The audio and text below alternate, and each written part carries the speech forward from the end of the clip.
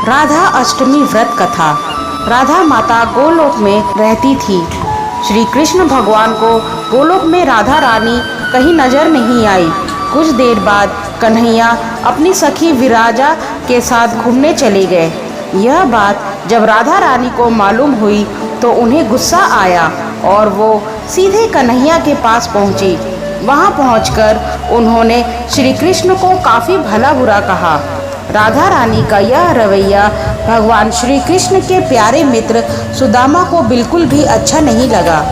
सुदामा जी ने उसी समय बिना कुछ सोचे समझे राधा रानी को पृथ्वी पर जन्म लेने का श्राप दे दिया। राधा को इतने गुस्से में देखकर कृष्ण भगवान की सखी विराजा भी नदी के रूप में वहां से चली गई। राधा ने सुदामा से श्राप पाने के बाद उन्हें राक्षस कुल में पैदा होने का श्राप दिया। राधा जी द्वारा दिए गए श्राप की वजह से सुदामा का जन्म शंखचूड़ नामक दानव के रूप में हुआ। आगे चलकर वही दानव भगवान विष्णु का परम भक्त बना। दूसरी तरफ राधा रानी ने पृथ्वी पर वृषभानु के घर पुत्री के रूप में जन्म लिया।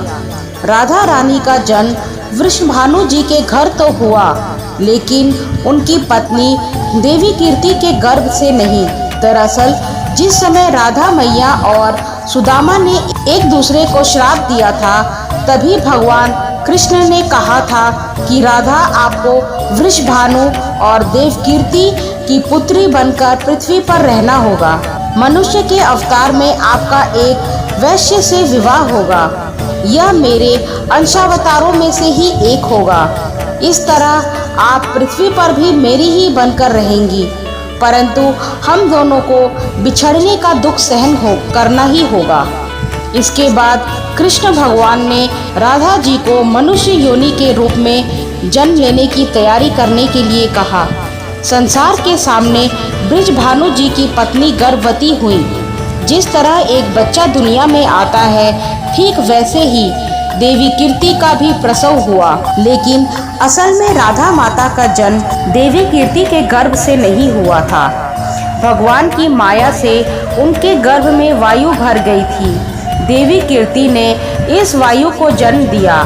इस दौरान उन्हें प्रसव पीड़ा हो रही थी और वहाँ राधा के रूप में एक प्यारी सी कन्या ने जन्म लिया।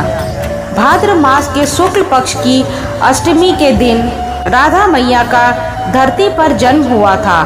तभी से हर साल इस दिन को राधा अष्टमी के रूप में मनाया जाता है। इस दिन व्रत रखकर भक्त राधा रानी की पूजा करते हैं। राधा अष्टमी के इस व्रत में कथा के पाठ का भी महत्व होता है।